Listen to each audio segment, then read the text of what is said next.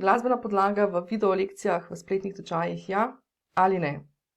Hojla, Maruša tukaj z edogodek.si in moj prvi odgovor oziroma na hitro odgovor bi bil ne, razen v dveh situacijah. Tako da zakaj ne?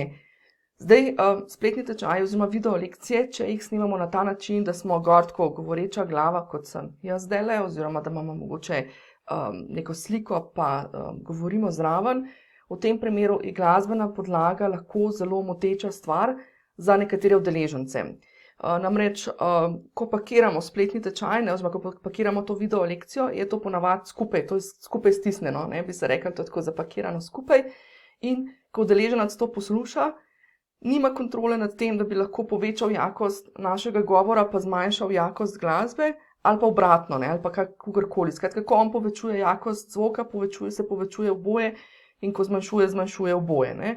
Kar pomeni, da če pač nekateri udeleženci so pač mečkam bolj, bom rekla, auditivni tipi, skratka, mečkam bolj pozornosti, več pozornosti dajo na, bom rekla, na zvočne efekte, pa na zvočne zadeve in tako naprej. In v tem primeru je seveda to lahko zelo moteče. Še posebej moteče, če smo tudi zapakirali, bom rekla, bolj slabo, ko smo pripravljali video lekcijo, pa da nismo mogoče dobro zregulirali zvoka, pa smo recimo, ker namreč, ko pripravljamo iz tehničnega vidika te lekcije, lahko seveda zmanjšamo zvok, to se pravi jakost glasbene podlage, pa se nam včasih seveda zgodi, da nimamo glih najboljšega občutka, pa je nismo dobro zmanjšali, tako da takrat lahko potem seveda si udeleženec zaželi, da bi to podlago glasbeno mečkan prilagodil, pa je pač ne more. Tako da video lekcije, glasba, če je govor zraven posnet, odsvetujem zadevo. V primeru, da pa je to neka vodena vizualizacija, meditacija ali karkoli tam, pa seveda je logično, da imamo tudi lahko zraven glasbeno podlago, vendar pa moramo dati tam potem toliko več poudarka pripravi, da smo res pozorni, da je glasba primerna, to se pravi, da ni zdaj neko bum, pa seveda ponavadi v meditacijah oziroma vodenih vizualizacijah tega seveda ni, in pa da pač prilagodimo jakost. Samo tehnično orodje pa ponavadi je že tako, bom rekla, vsaj orodje, ki ga sama uporabljam, pa prilagodi jakost tudi glede na to, če nekdo govori, takrat zmanjša jakost. Če je nekdo tiho, potem takrat, oziroma ko ni govora, poveča jakost glasbe in tako naprej.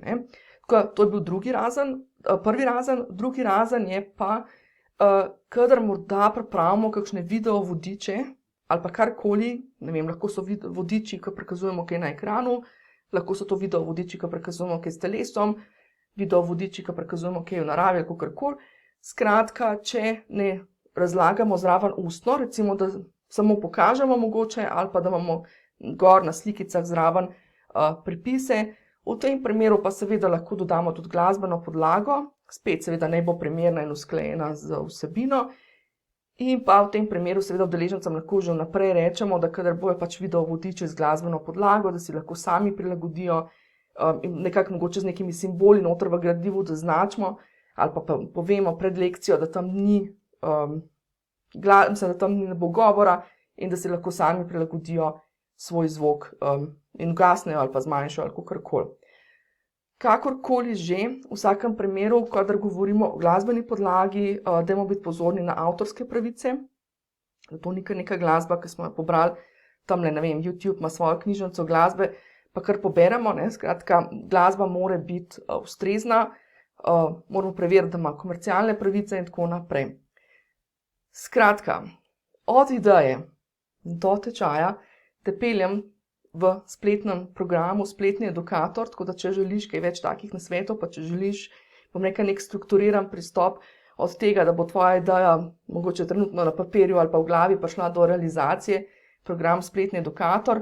Opcija je tudi seveda, da delava 1 na 1 oziroma da oddelam, kar se le da zate, torej narediva skupaj ali naredim zate, pri čemer te seveda peljem čez proces in oddelam, kar lahko oddelam, tisto pač, kar ni nujno, da oddelaš sam. Za varen štart pa uvodni brezplačen program, kako narediti učinkovit spletni tečaj.